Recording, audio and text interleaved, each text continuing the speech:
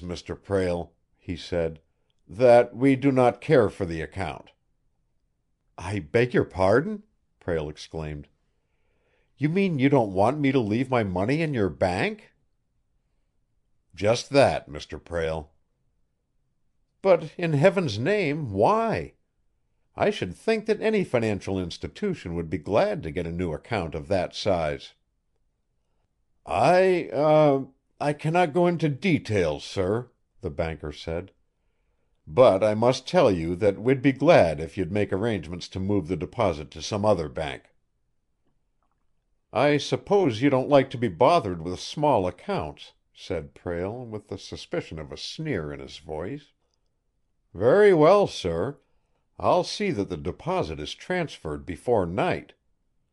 Perhaps I can find banks that will be glad to take the money and treat me with respect. And I shall remember this, sir." "I have no choice in the matter," the banker said. "Can't you explain what it means?" "I have nothing to say, nothing at all to say," stammered the financier. "We took the money because of our Honduras correspondent, but we'll appreciate it very much if you do business with some other institution." "You can bet I'll do that little thing!" Prale exclaimed. He left the office angrily and stalked from the building. Were the big financiers of New York insane? A man with $1 million in cold cash has the right to expect that he will be treated decently in a bank. Prale walked down the street and grew angrier with every step he took.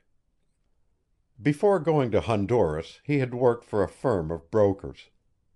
He hurried toward their office now.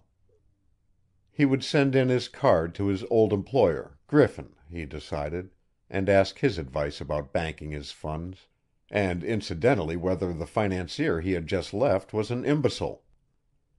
He found the Griffin concern in the same building, though the offices were twice as large now, and there were evidences of prosperity on every side. "Got an appointment?" an office boy demanded. "No, but I fancy that Mr. Griffin will see me," said Prale. "I used to work for him years ago." Then he sat down to wait. Griffin would be glad to see him, he thought. Griffin was a man who always liked to see younger men get along. He would want to know how Sidney Prale got his $1 million. He would want to take him to luncheon and exhibit him to his friends, tell how one of his young men had forged ahead in the world. The boy came back with his card. "Mr. Griffin can't see you," he announced. "Oh, he's busy, huh? Did he make an appointment?" "No, he ain't busy," said the boy. "He's got his feet set up on the desk and he's reading about yesterday's ball game. He said to say that he didn't have time to see you this morning, and that he wouldn't ever have time to see you." "Don't be discourteous, you young imp," Prale said, his face flushing. "You're sure you handed Mr. Griffin my card?" "Oh, I handed it to him. And don't you try to run any bluff on me," the boy answered. "From the way the boss acted, I guess you don't stand very high with him." The boy went back to his chair, and Sidney Prale went from the office, a puzzled and angry man. There probably was some mistake, he told himself. He'd meet Griffin during the day and tell him about the adventure. He was anxious to meet some of the men with whom he had worked 10 years before, but he did not know where to find them. He'd have to wait and ask Griffin what had become of them. Then, too, he wanted to transfer his funds.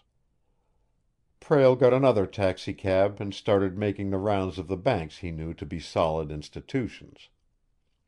Within a few hours he had made arrangements to transfer the account, using 4 financial institutions. He said nothing except that the money had been transferred to the trust company from Honduras, because the company had a correspondent there. His funds secure, Prale went back uptown and to the hotel. The clerk handed him a note with his key. Prale tore it open after he stepped into the elevator. This time it was a sheet of paper upon which a message had been typewritten. You can't dodge the law of compensation. For what you have done, you must pay. Sidney Prale gasped when he read that message, and went back to the ground floor. Who left this note for me? He demanded of the clerk. Messenger boy. You don't know where he came from? No, sir. Prale turned away and started for the elevator again. A bellhop stopped him. Manager would like to see you in his office, sir, the boy said. This way, sir. Prale followed the boy, wondering what was coming now. He found the manager to be a sort of austere individual who seemed impressed with his own importance. Mr. Prale, he said, I regret to have to say this, but I find that it cannot be avoided. When you arrived yesterday, the clerk assigned you to a suite on the 5th floor. He made a mistake. We had a telegraphic reservation for that suite from an old guest of ours, and it should have been kept for him. You appreciate the situation, I feel sure. No objection to being moved, Prale said. I have unpacked scarcely any of my things. But, again I regret it. There isn't a vacant suite in the house, Mr. Prale. A room, then, until you have one. We haven't a room. We haven't as much as a cot, Mr. Prale. We cannot take care of you, I'm afraid. So many regular guests, you understand, and out-of-town visitors. Then I'll have to move, I suppose. You may have the suite within 2 hours. Thank you, Mr. Prale. Prale was angry again when he left the office of the manager. It seemed that everything was conspiring against his comfort. He got a cab, drove to another hotel, inspected a suite and reserved it, paying a month in advance, and then went back to the big hotel on Fifth Avenue to get his baggage. He paid his bill at the cashier's window, and overheard the room clerk speaking to a woman. Certainly, madam, the clerk was saying. We will have an excellent suite on the 5th floor within half an hour. The party is just vacating it.